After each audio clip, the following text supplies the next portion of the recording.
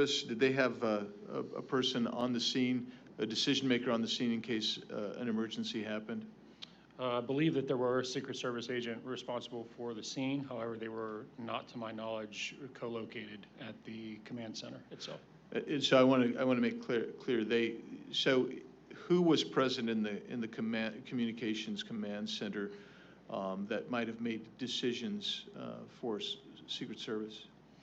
Secret Service, on my understanding, is that the information that was gathered by the command center, which would have been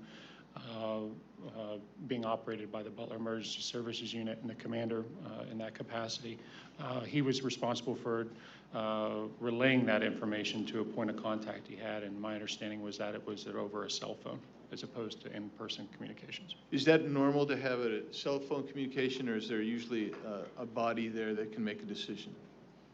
In most security postures and events that I've been part of for these types of events, there is someone actually physically co-located for that reason.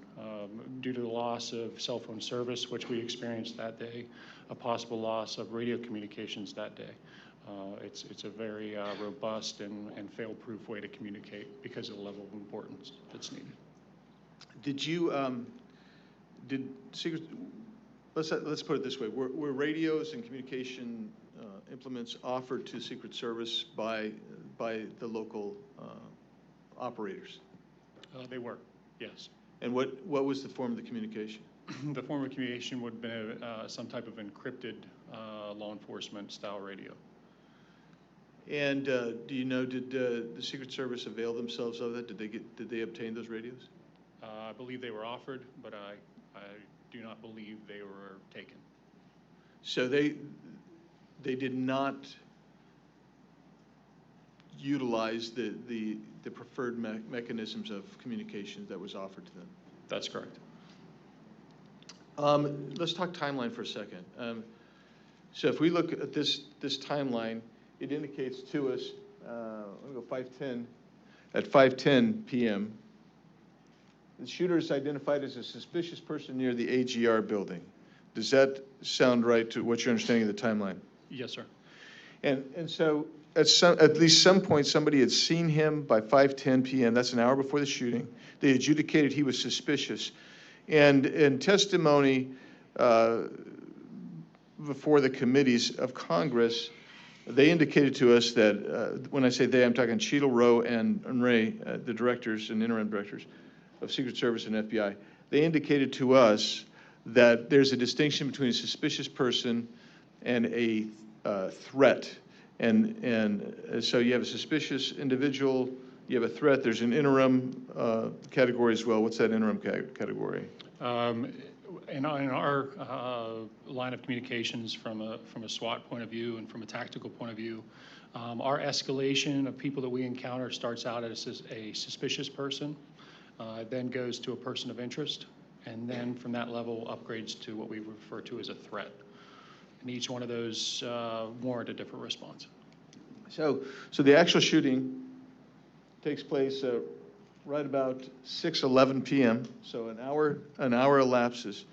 How soon after the first identification of the shooter, which is at 5:10 p.m., did you? Well, before we get there, let's lay the foundation. What were you doing that day? I was in a counter sniper role with one of my teammates in the southwest quadrant of the event center. Distance-wise, it was approximately 238 yards southwest of the podium and approximately 348 south-southwest of the shooter's final firing position. And so he was not ever in your sector of responsibility? Nor in my visual, nor sector, nor visual. Okay. I never had visual. How soon after he's identified were you given information that, or did you hear information that there was a suspicious character that you should be alerted to? Believe those text messages came across, and just to give some background on the text message tactics. So in this type of event, as tactical officers, we try to build redundancy in communications because it's so critical. We start out in a primary role, which would have been our radios that day, communicating on a designated channel amongst all the tactical operators. Because we were in support of the host agency, which would have been the Butler, the Emergency Services Unit, we also were running a secondary channel that was our local Washington Regional SWAT Team channel. On top of that, the snipers and counter snipers, or I should just say the counter snipers, there were no snipers involved in our chat, had set up another chat to be able to provide any type of pictures or any type of relevant media or anything like that that we'd have been able to crosstalk. So did you ever see any pictures, were any pictures ever sent to you? They were. The pictures came across the chat at approximately 5:38. So about 30 minutes after the shooter, then at that time, he was a suspicious individual. That's correct. And when he gets up on the roof and he's crawling across the roof, is that what threat assessment would normally be made of that guy at that point? Sure. I think it's important to mention that, you know, from the time the original pictures were taken, the comment of him possibly having a rangefinder or that he was confirmed to have a rangefinder at that point would have automatically escalated him in our protocols from a suspicious person into a person of interest. And that would have warranted some type of either investigatory detention or a stop and question at that point when the rangefinder became a factor. Ben, Mr. Shaffer, at what point in that hour or before were you notified of the rangefinder, the use of a rangefinder?